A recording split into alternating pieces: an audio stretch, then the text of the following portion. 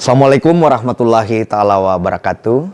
Saya Tamsil Tahir, jurnalis Tribun Timur. Sekarang lagi berada di ruang pimpinan DPRD. Dalam hal ini Ketua DPRD Maros. Tadi sebelum masuk ke sini, 5 menit lalu ada sekitar 9-8 orang lah ya. Masuk rapat ketawa-ketawa. Ya, saya kira ini bulan puasa makruh nggak puasanya. Oh, ternyata dia adalah 9 anggota Badan Musyawarah. Badan Musyawarah. Ya, salah satu badan di DPRD yang dianggota di parlemen yang mengurusi tentang rangkaian pertemuan-pertemuan terjadwal yang ada di parlemen. Kita sekarang bersama Dr. Gemilang Ilham Pagesa, biasa dipanggil Gio ya. Ketika dia menjabat sebagai ketua DPR, usianya baru 27 tahun. Dia mengalahkan bapaknya, Bupati Maros saat itu ya, sekarang Bupati Maros saat itu sudah masih berusia 37 tahun. Beliau. Dia lewat 10 tahun gitu ya.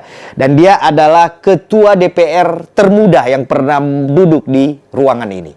Ya, hari ini dia baru pekan lalu dia meraih gelar Doktor Ilmu Politik dari Universitas Hasanuddin, melanjutkan Magister Ilmu Pemerintahannya di Unhas juga ya. Bapaknya juga pemerintahan, ketua pemerintahan ya. Ya, ini ada banyak cerita dari dia nanti. Sehari-hari selain dia sebagai ketua DPRD Kabupaten Maros, ketua yang ke-14. Ya, betul ya. Ya, 14.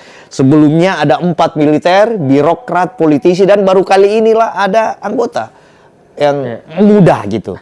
Nah, suasana rapatnya itu memimpin ada 16 anggota DPR. Bagaimana tuh sehari-harinya, Pak Ketua? Jadi saya terima kasih kepada Tribun Timur telah hadir di kantor DPRD Kabupaten Maros untuk wawancara langsung di tengah suasana Ramadan ini. Betul. Sebelum itu mungkin saya koreksi sedikit nama. Jadi nama saya Muhammad Gemilang Pagesa. Muhammad Gemilang Pagesa. Biasanya akrab disapa Gio. Tapi sekarang mungkin lebih melekat Gemilangnya. Gemilang. Terkait tadi ditanyakan bagaimana suasana rapat. Intinya kami di sini yang utama adalah kebersamaan kita antar seluruh anggota DPRD. Karena anggota DPRD ini terdiri dari beberapa anggota yang dari beberapa partai, makanya suasana rapatnya ya tetap kita serius tapi santai.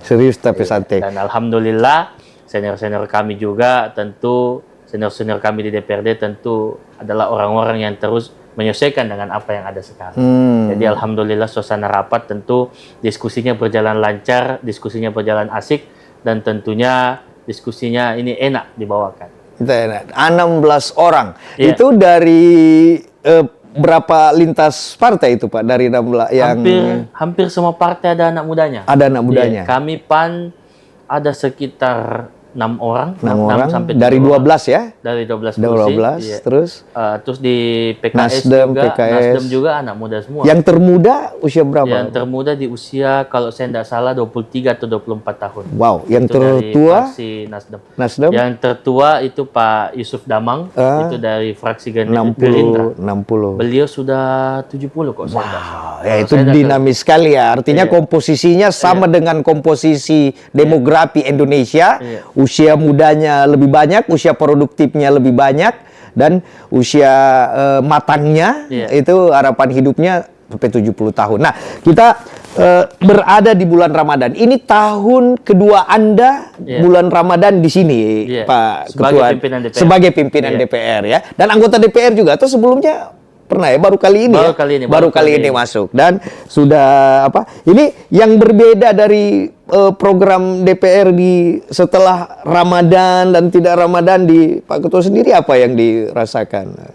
Kalau kami di DPRD sendiri tidak ada yang berbeda Pak, antara bulan Ramadan dan juga di bulan-bulan biasanya.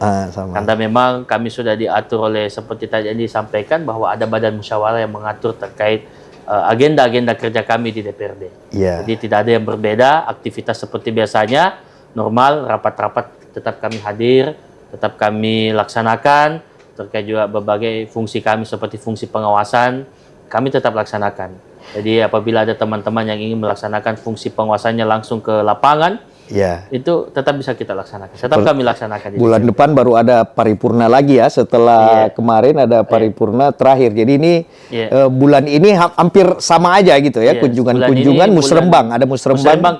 Musrembang bulan ini ada. Hampir semua teman-teman hadir.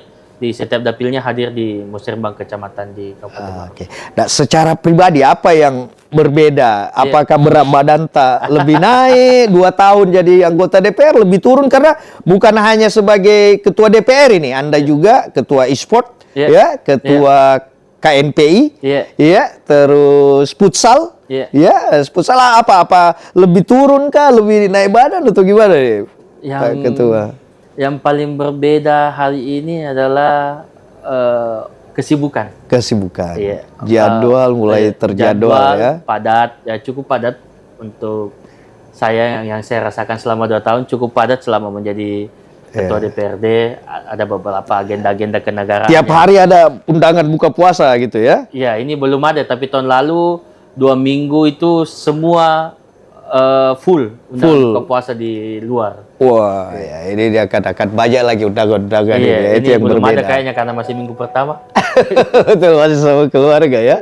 Iya, oke. Terus ada ini atau ada pergeseran spiritualis, Pak Ketua, dari setelah 2 tahun gitu pimpin DPR, merasa semakin dewasa atau tiba-tiba ingin naik haji terus gitu, ingin umroh atau gimana? Tentu cocok yang kita bilang ada pergeseran spiritualis. Tentunya saya hari ini berusia masih muda, 28, dan tentu dengan diamanahkan menjadi ketua DPRD tentu ada pergeseran spiritualis bagaimana kemudian pengambilan kebijakan ini harus lebih bijak lagi di usia yang menginjak 28 tahun ini. Itu yang Anda rasakan betul sekali, bahwa memang semuanya harus dipertimbangkan dengan matang. Sudah 3 hari puasa ini kalau anunya sebagai kader Muhammadiyah ini tarwinya tidak pernah putus atau gimana, Pak? Alhamdulillah tidak pernah. Alhamdulillah. Ini dibandingkan sebelum-sebelumnya banyak bolong-bolongnya ya, Pak ya? Alhamdulillah tidak. Tidak ya. Sebagai tarwinya. Sebagai alumni pondok pesantren ya pasti. Dari saya pondok. MIM.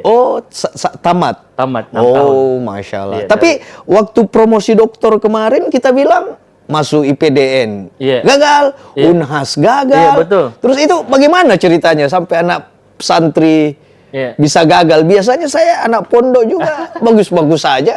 Mungkin belum rezekinya saya ada di PDN. Salah satu cita-cita saya, itulah yang saya cerita ketika promosi doktor. Cita-cita saya sebenarnya bukan seorang politisi. Mungkin bisa dibaca juga di wawancara saya bersama Tribun. Saya tidak pernah bercita-cita menjadi politisi. Cita-cita saya adalah birokrat. Makanya memilih IPDN. Makanya memilih IPDN. Bahkan saya sampai 4 kali mendaftar IPDN. Sampai batas terakhir umur untuk mendaftar IPDN, saya masih mendaftar IPDN, tapi tidak pernah lulus. Bahkan ketika saya sudah berkuliah di Politeknik Kesejahteraan Sosial Bandung, saya masih daftar IPDN, tapi belum rezekinya. Di 2015 ada SNPTN, SBMPTN, itu saya daftar Unhas, Universitas Pajajaran, Universitas Hasanuddin, Universitas Pajajaran juga saya daftar, tapi memang passionnya di pemerintahan. Jadi bukan karena ketua DPR-nya pemerintahan Anda mendaftar di situ ya. Saya bisa bayangkan passion Anda di STPDN. Artinya undang-undang pemerintahan, undang-undang itu sejak SMA sudah dihafal mati dong, karena untuk persiapan tes berarti ya. Passion itu sudah ada di situ ya. Pasti kita lakukan persiapan itu terkait undang-undang. Paket undang-undang politik, pemerintahan, birokrasi, semua kita sudah baca, cuma belum rezekinya untuk lulus di. Tapi setidaknya saat ini dasar-dasar itu sudah bisa apa fungsi dari DPR, eksekutif, legislatif sudah ada ya. Dan harus kita pahami karena memang tugas kami di sini kan salah satunya legislasi. Makanya banyak mengurus undang-undang, banyak mengurus perda dan sebagainya. Saya terus terang bayangan saya ini, makanya saya bertanya tadi, ini dia ini tidak lulus di Unhas karena masalah galau, atau karena memang takdir, tapi akhirnya membuktikan bahwa ini memang takdir ya. Takdir saya. Anda bersungguh-sungguh untuk mau masuk di pemerintahan, menjadi pacama, menjadi lurah, tapi ditakdirkan jadi pimpinan DPR. Pimpinan DPR. Itu yang wow. Dari birokrasi ke legislatif. Iya. Nah, ini yang agak baru tadi ya. Ini apa inisiatif baru selama 2 tahun pemimpin di sini yang kira-kira berbeda dari periode DPR sebelumnya. Ya, dari katakanlah 14 ketua DPRD sejak terdata ada DPR parlemen resmi ini tahun 71 ya, ketika ada Golkar. Apa yang agak berbeda menurut kita dari sini? Kalau menurut saya ya sebenarnya tugas-tugas kami di DPRD itu bisa dikatakan cukup baku. Karena ada fungsi yang melekat. Fungsi pengawasan, fungsi penganggaran, dan juga fungsi legislasi. Tapi yang kemudian agak baru di sini adalah hadirnya anak-anak muda di parlemen. Ini pertama kalinya ada sampai persentase dekat 50% ya? Persentasenya cukup besar. Karena periode lalu saya hanya ada beberapa anak muda. Tapi tahun ini, periode ini sangat besar. Artinya memang keinginan anak muda untuk terlibat aktif dalam pengambilan kebijakan, dalam berperan aktif dalam pemerintahan ini sangat besar. Makanya itu yang agak berbeda. Dan juga anak-anak muda ini seperti yang saya jelaskan di disertasi saya, bahwa anak muda ingin dilibatkan. Ingin dilibatkan. Dan mereka selalu aktif dimanapun. Bisa kita lihat, mungkin kita cari suspeknya masing-masing. Saya percaya mereka pasti aktif mengupload foto, video. Kepedulian sosial ya. Ini salah satu alasan Anda memilih partisipasi anak milenial di Pilkada Maros gitu ya. Dan hasil salah satu disertasinya, temuannya seperti apa tuh? Tadi dia ingin dilibatkan atau ada yang lain, temuan yang lain? Jadi memang anak muda ini senang dilibatkan di berbagai hal. Jadi kalaupun mereka aktif dalam berpartisipasi di dalam pilkada kemarin, itu tentu mereka memiliki alasan tersendiri. Dan yang saya temukan adalah anak-anak muda ini tidak lagi apatis terhadap politik, tapi mereka ingin tahu sejauh apa kebijakan ini, apa program yang sekiranya relevan untuk anak-anak muda ini. Mereka ingin memastikan bahwa masa depan mereka ini akan semakin lebih baik lagi di bawah kepemimpinan yang mereka pilih. Itu by riset Pak, data bahwa anak muda Maros ini tidak apatis politik, itu dari sampel-sampel yang ada ambil ya? Kalau sampel yang saya dapatkan itu berdasarkan hasil riset saya bersama beberapa komunitas muda yang aktif ikut berkampanye kemarin. Komunitas yang mendukung pasangan calon maupun komunitas yang tidak mendukung pasangan calon. Sampai pada kesimpulan bahwa mereka tidak apatis. Mereka hanya ingin dilibatkan. Mereka ingin didengar. Itulah salah satu inisiatif dari parlemen kali ini, periode milenial ini, parlemen adalah ada musrembang tematik yang selain masalah kesehatan, masalah anak muda, itu bisa ceritakan tuh Pak, bagaimana anunya itu? Ini agak baru betul, musrembang tematik. Itu kemudian menjadi ide kami di DPRD, khususnya karena kami ini juga banyak anak muda, karena memang kita harapkan bahwa musrembang ini merangkul semuanya. Visi dari pemerintah kami lihat, dan mereka sampaikan bahwa musrembang ini inklusif, artinya merangkul semuanya. Dan merangkul semuanya, tapi kami ingin ini betul-betul tematik, betul-betul dilibatkan. Tidak hanya tentang infrastruktur, bukan fasilitas kesehatan sosial, tapi lebih tematik. Misalnya musrembang kepemudaan. Kita tentu kebutuhan kepemudaan ini berbeda. Kebutuhan lansia mungkin berbeda. Dan juga kebutuhan teman-teman disabilitas juga berbeda. Makanya kami mendorong adanya musrembang tematik supaya kita tahu ini apa sebenarnya yang harus kita lakukan untuk masyarakat kita. Mulainya musrembangnya mulai dari bawah juga, mulai level RT, kelurahan, kecamatan, atau ada untuk tahap awal atau gimana? Kalau bisa mulai dicanangkan di tahun depan. Mulai dari musrembang desa, musrembang kecamatan, hingga musrembang tingkat kabupaten. Itu produknya nanti akan berbentuk perda atau statusnya sudah pengusulan lisan ke pemerintah eksekutif atau bagaimana Pak Ketua DPR? Itu baru kami usul. Baru usul? Baru usul secara lisan ke eksekutif. Alhamdulillah eksekutif sangat positif dalam menanggapi hal ini karena eksekutif sangat memahami bahwa setiap generasi ini berbeda keinginannya, setiap masyarakat, setiap gender berbeda keinginannya. Begitu. Oke, ini akan didengar. Berarti kalau dia didengar nanti akan dimasukkan dalam perencanaan program-program pemerintahan ya. Ini hal yang baru nih. Nah, ini kedua dari terakhir nih Pak Ketua DPR. Nah, ini kan tahun 2026 sampai 2029 ini kan nyaris tidak ada momen-momen politik yang nasional, regional ya, dan lokal gitu. Palingan ada kepala desa, tapi itu pun sudah ada yang serentak. Nah, ini kalau ibaratnya mobil ini Anda sebagai politisi ya, di PAN, terus di Pemuda PAN, di KNVI, ini mobilnya mau digas-gas memang selama 3 tahun ke depan atau modif-modif interior dulu atau eksterior, bagaimana? Intinya saya selaku wakil rakyat harapannya adalah, dan ini menjadi tekad saya, agar bisa hadir di tengah-tengah masyarakat. Tentunya kita inginkan bahwa hadirnya DPRD ini betul-betul dirasakan manfaatnya oleh masyarakat. Tidak hanya menjadi seorang anggota DPRD, tapi betul-betul memaknai apa yang dimaksud wakil rakyat. Kami adalah wakil rakyat, artinya kami siap ketika rakyat membutuhkan kami sesuai dengan tugas dan fungsi kami sebagai penyambung aspirasi masyarakat. Kira-kira. Pertanyaan terakhir saya, Pak. Kalau Pak Bupati tidak ada, karena dulunya PAN juara ini, apakah Anda siap memimpin DPRD Maros dan Bupati ke depannya? Kan tidak ada. Kemarin di suara tertinggi PAN. Ini pertanyaan saya. Gimana Pak? Apakah banyak yang berasumsi ini karena Bupati Maros, ya, Ketua PAN, dan Ketua DPR dulu, orang tuanya, apakah Anda siap? Tentunya saya adalah peraih suara terbanyak di pemilu 2024. Saya alhamdulillah meraih kepercayaan masyarakat sebesar 7.965 suara. Itu yang berbeda dari dapil ya. Diamanahkan menjadi Ketua DPRD oleh Partai PAN. Dan alhamdulillah ketika ditanyakan mengenai kesiapan, saya tentu fokus pada apa yang ada pada diri saya hari ini. Menjadi Ketua DPRD tentu tidak pernah saya bayangkan sebelumnya, dan menjadi Ketua DPRD tentu memiliki tugas tambahan. Artinya Ketua DPRD ini harus hadir di berbagai kecamatan. Itu.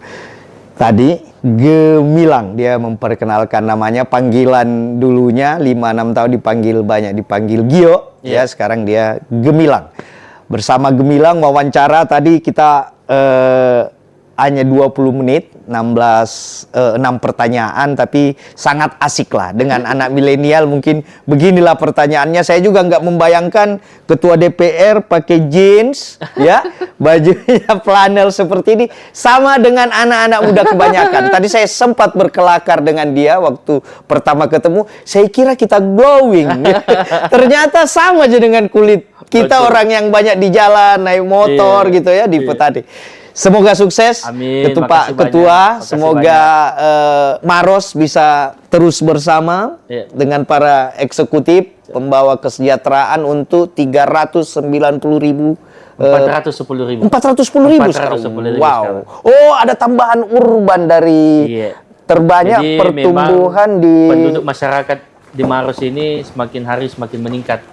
Karena arah pembangunan perumahan ini banyak di Maros. Betul. Banyak di Moncoloe, termasuk dapil saya. Bayangan saya ingat sebelum pandemi masih 360, sekarang menuju 400. Berarti akan masuk 5 besar Maros, masuk 5 besar penduduk loh. Jadi setelah Goa, ya, Maros menjadi kota urban terbesar ini, mengalahkan bayangan kita tak kalah. Wah, ini selamat, tantangannya lebih banyak, bisa jadi lebih banyak perda, lebih banyak, lebih besar ya. Insya Allah periode depan, menurut hitungan sudah 40 kursi DPRD. 40 kursi? Iya, periode ini masih 35, tapi insya Allah periode depan sudah 40. Itu bisa jadi 10.000 itu suaranya. Pak Ketua itu, biar Ketua DPR lagi ya. Oke, terima kasih banyak. Senang, waktunya agak terbatas. Bersama santri, ternyata dia santri, ya, santri dari Pondok Pesantren IMIM, dan sudah 3 hari dia menunaikan ibadah puasa. Terima kasih banyak Pak Ketua. Assalamualaikum warahmatullahi wabarakatuh. Download Tribun X sekarang. menghadirkan lokal menjadi Indonesia.